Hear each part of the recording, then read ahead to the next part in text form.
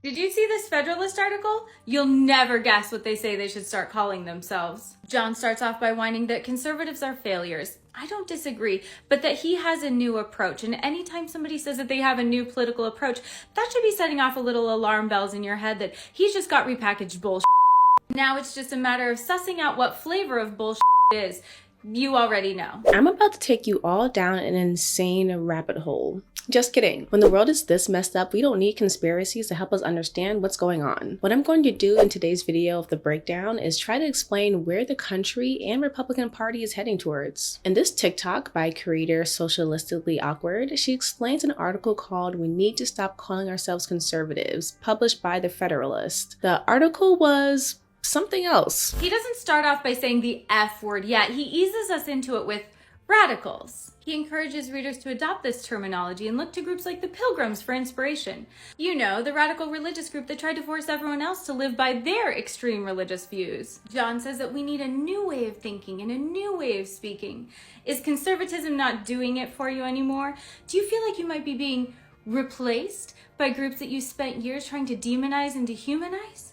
Well, I've got just the thing. Let's try fascism. If you guessed that as the F word, ding ding ding, you got it right. Now, I also read this article and it's completely detached from reality, but we should pay attention to things like this. And I'll explain why. The article begins with stating how the current conservative movement is an outdated failure and that Western society is dying because trans people exist and Republicans still don't understand how free speech works. And what is the blame for these terrible plights? Well, alas, it's technology. How they yearn for the days they could burn women at stakes and enslave Black people without a phone camera or tweet in sight. I digress. The author, who shall not be named, then proposes a solution of fascism because in order to save our country, we will require political power and the willingness to use it, end quote. He then goes on to suggest embracing big government, breaking up big tech, defunding colleges, using the government as a blunt instrument, expanding the criminal code, all typical conservative BS with more violence behind it. So why should you care about an article written by some right-wing nutjob, and how does that factor into the future of the Republican Party? Well, because we're actually seeing it play out before our eyes, and while we had a few good wins in this current midterm cycle, Republicans are only going to get more radical.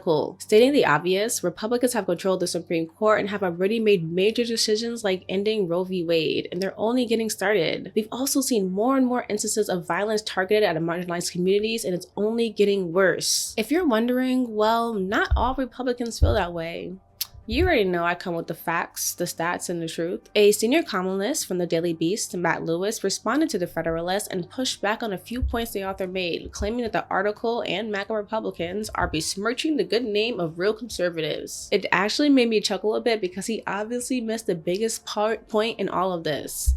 Conservative ideology leads to that. You're only mad because they said the quiet part out loud. Come on, y'all believe in fascism just as much as they do. Where were real conservatives when they were passing voter suppression laws across the country? Are you aware that it's a beginning step of fascism? And even if you spoke out against it, it doesn't ignore the fact that your beliefs aren't suited for a just and fair society. They are meant to suppress people, and now that they flopped in the midterms, the Republicans are going to ramp up their efforts and try again. This isn't meant to scare you all. It's simply an indicator that we need to continue organizing and sharing our ideals throughout our communities so that we can keep striving for a fair society.